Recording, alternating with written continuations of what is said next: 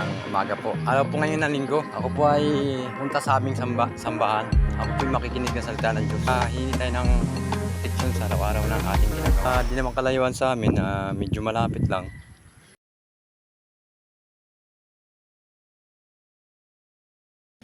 Praise the Lord, sinasabi dito, magkaingay kayo na may kahalangod kayo na may kasayahan sa Panginoon. Magsilapit kayo sa kanyang harapan na may awitan. Amen. Hallelujah, hallelujah. Kaya sa oras na mahal na mahal kita, Panginoon. Yes, Lord Jesus. Mahal na mahal, Panginoon.